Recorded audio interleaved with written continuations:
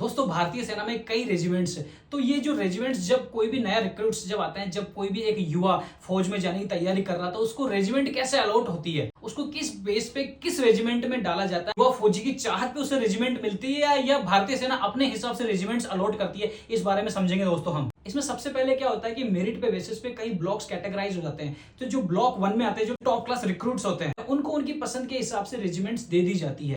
यहाँ पर रिक्रूट से उनकी चॉइस पूछी जाती है, उसको 3 ऑप्शंस दिए जाते हैं, first choice, second choice and third choice. Block 1 वालों को तो उनकी मनपसंद की रेजिमेंट मिल जाती है। उसके अलावा अगर किसी पर्टिकुलर रेजिमेंट के लिए ओवर सब्सक्रिप्शन आ गया, मान लीजिए कोई एक रेजिमेंट है, जैसे मान लीजिए राजपूत रेजिमेंट है, जाट रेजिमेंट है, मद्रास रेजिमेंट है, किसी एक पर्टिकुलर रेजिमेंट के लिए ज्यादा रिक्रूट्स ने आवेदन कर दिया कि हमको तो ये चाहिए, तो उस केस में क्या होता है, फिर रैंडमली अलॉट किया जाता है सबको।